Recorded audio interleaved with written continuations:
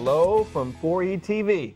I'm Dr. Mark with Dr. Michele, of course, and we are excited to be with you today. Thanks for joining us.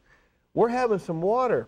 We're going to drink to some a toast to our cellular health. You probably wonder why we did it. That was kind of corny, but not really. The body is 60 to 65% water, and our cells, the very smallest organism within our body, it needs water. We need water to survive. We don't drink enough water. A good rule of thumb for you, just by the way, is cut your lean body weight in half and drink that many ounces of water a day at least. It's a good start anyway. Good start. You know, I try to drink about a gallon a day, give or take. How much water do you drink a day, you think? Between at least 70 to 90 fluid ounces. That's a lot. Sometimes in our practice, we will have people ask them that question, how much water you drink, and then tell them how much they need, and they like look at us, what? I don't get near that much, but I get that much at least in soda, or that much a day in coffee, and then I tell them, well, you know, just open your mind. We got some work to do here.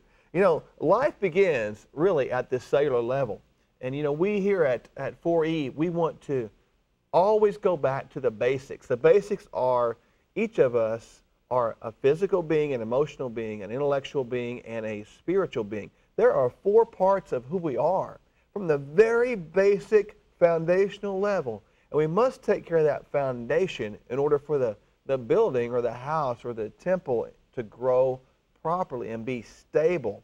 Without taking care of one of those areas in our life, we begin to suffer. As we suffer, we begin to have this dysfunction, this crumbling in our structure around our physical body, around our emotional body, around our spiritual lives. And we don't want to see that. We want to see you totally solid, totally at peace. That's what we encourage you on a daily basis, to spend time in these 4 areas daily. Be deliberate, be intentional, and be purposeful about spending time in these areas, because it's very basic. Just like the cells. You know, the cells are the very basic formation of our body. Our bodies have millions and billions and trillions and probably quadrillions, and I'm not for sure what's after quadrillions, but it's high. And you know, the body is composed of all these cells, and each one of them are so important. Each one of them are like these little micro living organisms. They all have these individual functions, these purposes to do. Can you imagine the purpose of one cell in the trillions of other cells is so critical to the function of our body? That's the way God is. You know, God made each one of these cells himself. Every one. He made them uniquely and formed them in a really incredible pattern that is made just in what he wanted for our lives to be. He made each one of us individually and special. He personally designed all of us. I can prove that to you. I brought my Bible, and we want you to know that foundationally everything we speak upon here today comes from the Word of God. So I've got my Bible here, and I thank you for joining us. I want you to sit back for just a moment, get out your iPad, your iPhone, your Bible, and just go here and listen carefully and read along with me and study these passages. About 3 or 4 verses I want to read to you today, found in the book of Psalm, the book of Psalms, chapter 139.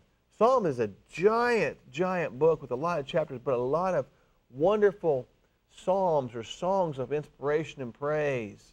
Some songs are from sorrow, but all of them bring us back to the most powerful presence, the most powerful sufficiency of God to meet all of our needs. In the midst of good times, bad times, all times, He is there. So I'm going to read to you today Psalm 139, verse 13 through verse 16. Only 4 verses here, but these are power-packed, talking about the way God designed us from a cellular level before we were ever thought of. You are not an accident, my friend. So let me read to you today really quickly in Psalm 139, verse 13 through 16. For you, yes, that is you. Yes, it is me. Yes, it is Dr. Michele. For all of us, paraphrasing there, were created in my inmost being. You knit me together in my mother's womb.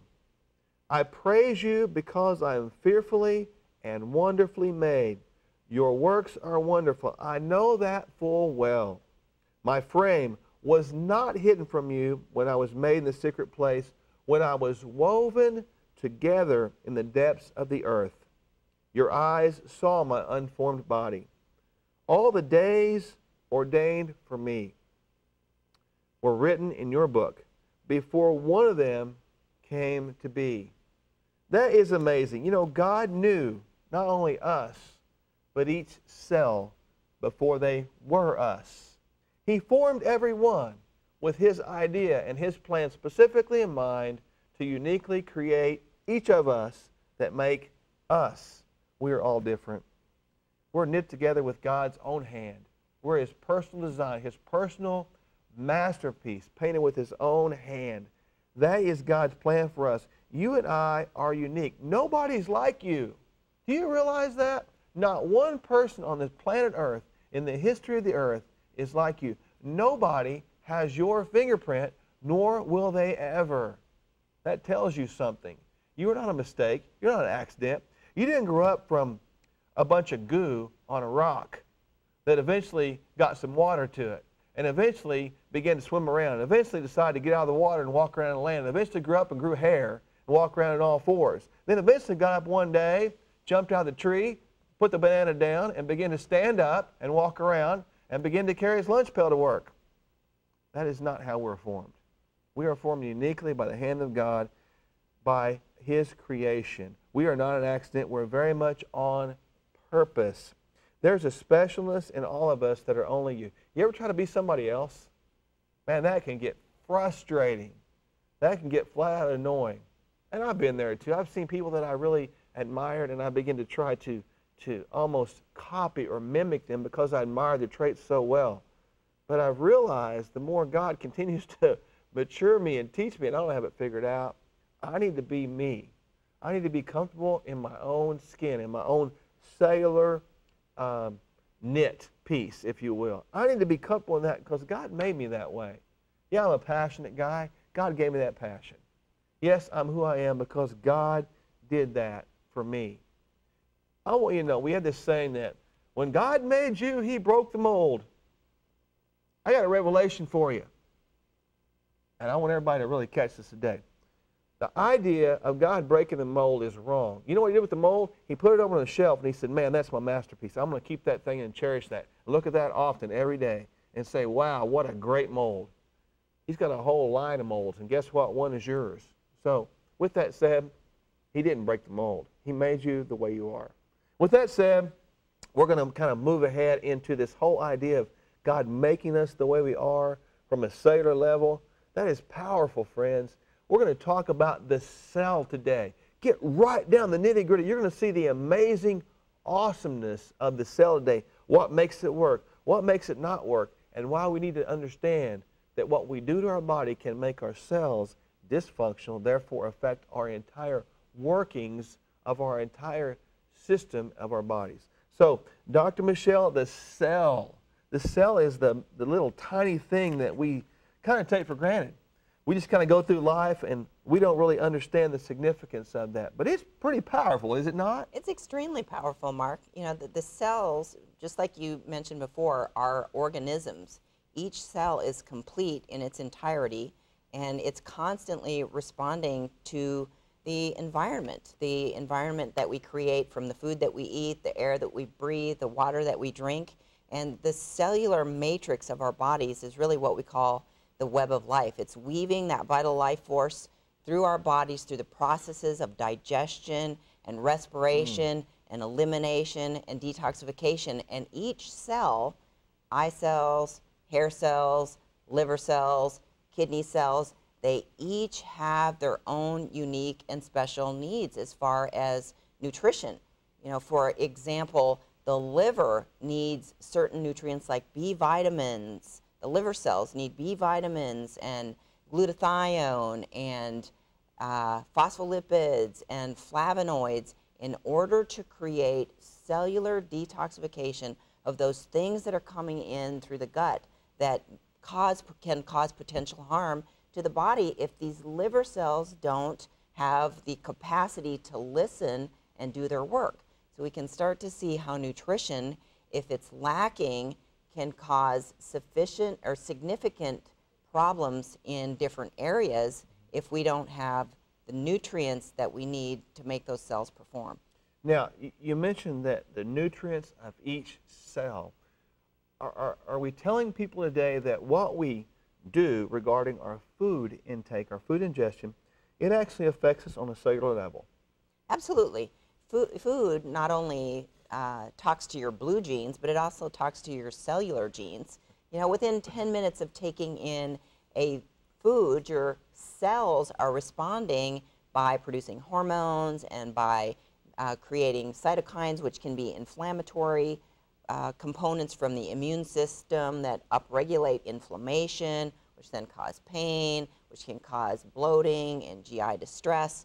So that food is very, very, very important in how it creates cellular signaling and cellular processes.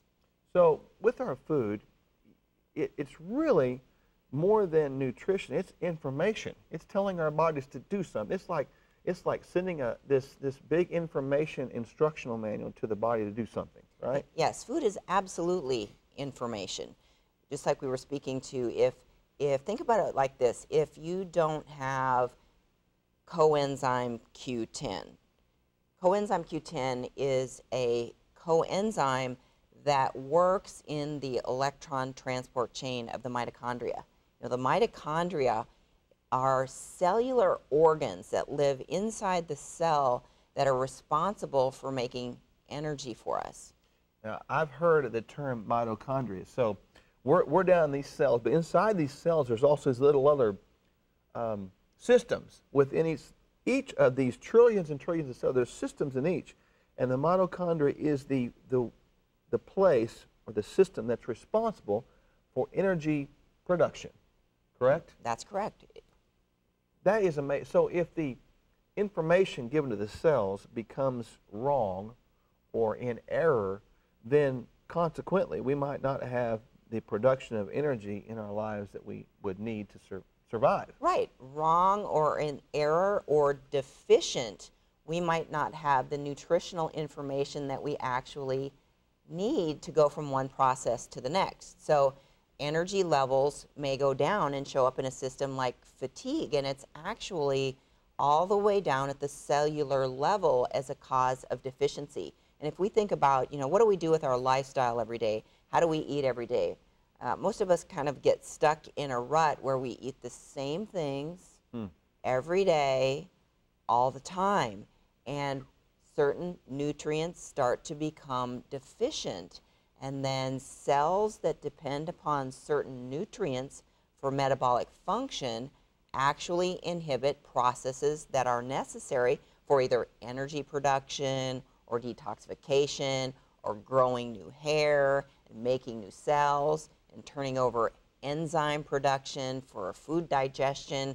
It can be a big disarray in the function of the whole organism, which is you and me, and it all starts way down at the cellular level with nutrition. That's amazing because, you know, I was looking recently at a little diagram of a chart. I think it was like the Krebs cycle or the citric acid cycle, the energy cycle. And it was showing this big processes of all these nutrients. This happens, then this happens, then this happens, this happens. And there was all these little pieces in here that had nutrients. And I began to think, well, those nutrients, do they come from food or we can actually produce them? Well, it's both in a sense. So if we lack the nutrients coming from the food, that's like taking a spark plug out of an engine and then expecting it to run at full capacity, or going and pulling one plug in out from the socket on the wall and making the light go out and then going over and trying to switch it and turn it on. We're going to be a little bit dim, not as bright as we possibly could. And that really made sense to me, you know, and I thought, well, if we lack in nutrition, we're actually lacking the spark plugs of our engine. Exactly, and if you think about it, even in terms of the liver cells, if the liver cells don't have the nutrients that they need to go through the phases of detoxification, like phase 1 and phase 2, to take those reactive intermediaries, those things that are highly reactive and can be highly damaging to cellular tissues, if antioxidants aren't present to neutralize that that metabolic waste to eliminate it, the tissues can actually be injured, and metabolic waste can build up with inside the system, and it can become toxic. And if we relate that to like you would never put sugar in the gas tank of your car, would you, Mark? I wouldn't. No, I mean, it would bog the engine down. It would short circuit things, and then of course we'd have to get out and walk to work, and that would solve our obesity problem and a lot of times our toxicity problems, because now we're running that waste off. We're eliminating that metabolic waste with exercise. If you have a really problem out there and you're really addicted to food and have a bad problem, you heard it today. Dr. Michele said, go out to your car and pour sugar in the gas tank. That'll solve your problem. We're just kind of kidding about that, but really it makes a lot of sense. Okay, when we're talking about the cell itself, in its health, what are some things we need to know regarding the general cellular health of that? Well, cellular health, think about the membrane of a cell. Every cell has an outer membrane. It's what's called a biphospholipid layer. And there are carbohydrates, proteins, and fats in these cellular membrane, which are responsible for cell-to-cell signaling and for receptors that actually take nutrients into the cell, that allow for the production of energy through those little organelles called the mitochondria.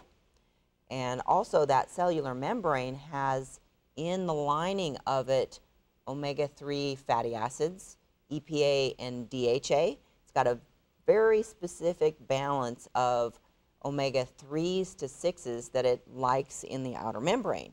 And if that membrane starts to get too much omega-6 or arachidonic acid in it from our standard American nutritional protocol, what happens is these membranes start to become rigid and their receptors start to become rusty, and their voice and their sensitivity to talk to one another and their capacity to communicate with one another starts to go down. So by paying attention to what the oils are that we put in our system, it's like changing oil in the engine of your car and improving cellular fluidity just by knowing what type of oil or quote-unquote fat you put in your system. Is there a way to test for how much fat you have regarding omega-3s, omega-6s in your system? Yes, there is. The American Heart Association and the American Cardiovascular Association have referenced or referred to as the omega-3 index. This index, if the index measures greater than 8, it is a indication of good cellular health, and it has been shown that those individuals who have an omega-3 index that is higher than 8 have less incidence of cardiovascular events. Those who have an omega-3 index less than 3, of course, can run into trouble and have more cellular signaling issues and may end up having a greater incidence of cardiovascular events. We kind of talked about this before in some discussions. So how do people get more omega-3s and omega-6s in their system? Well, you can do that with diet, with the good oily fishes like mackerel and salmon, sardines and anchovies, those kinds of things. Nuts and seeds, there are hemp and chia seeds. There are dietary things that we can do, but one of the best ways is to put a triglyceride-based omega-3 essential fatty acid into your system, which includes 2 very specific components, EPA, icosahexapentanoic acid, and DHA, dexahexapentanoic acid. Those are the 2 extremely essential fatty acids that your body does not make, cannot make, won't make. They have to come from outside the diet. And that is one unique thing about fats and proteins, is we have essential fatty acids and we have essential amino acids. But there is no such thing as an essential carbohydrate. Your body can make those, it can process those. So we're completely overrun and overdriven with this carbohydrate diet that we are so accustomed to taking as part of our lifestyle. That's amazing, because you know this is something that I personally dealt with as recently as a year or so ago. I wasn't eating enough fat in my nutritional regimen on a daily basis, and you know, I was eating about 10% fat, honestly. And as I began to really learn more and went through some DNA testing, I discovered that I needed much more. So now, we were talking even before the program today, before 4E TV, that I am eating now a lot of fat, probably around 40% of my total dietary intake of my food is from fat. And I'm really watching the intake of the omega-3s, because we have a really distorted ratio of omega-3s versus omega-6s today. It's said to be the good ratio, about 5 of 6 to 1 of the 3s, but our standard American diet has got us in the 25 or 50 to 1 ratio. So we're eating far too many omega-6s, far too little omega-3s, therefore making our cells, the membranes, rigid, and they're not communicating properly. And to me, that makes a lot of sense to the dysfunction from a cellular level that we're having in our lives these days. If a cell can't look at another cell and say that's a bad cell or communicate properly, they don't know. Is it a friend or foe? If it's a foe, we try to kill it. If it's a friend, we try to embrace it. Could it be that the dysfunction of the cells is causing us to, from a cellular level, look at one cell looks at the other and it might be a foe, or it might be a bad cell, and we embrace it? And in the replication process, we see the mutation of cells that are dysfunctional, and therefore we have the greater occurrences of sickness, disease, dis-ease in our lives. So I see that happen, and it's amazing, and I've really had to watch that. We discussed that. You know, I need to get more fat in my diet from an old bodybuilder standpoint.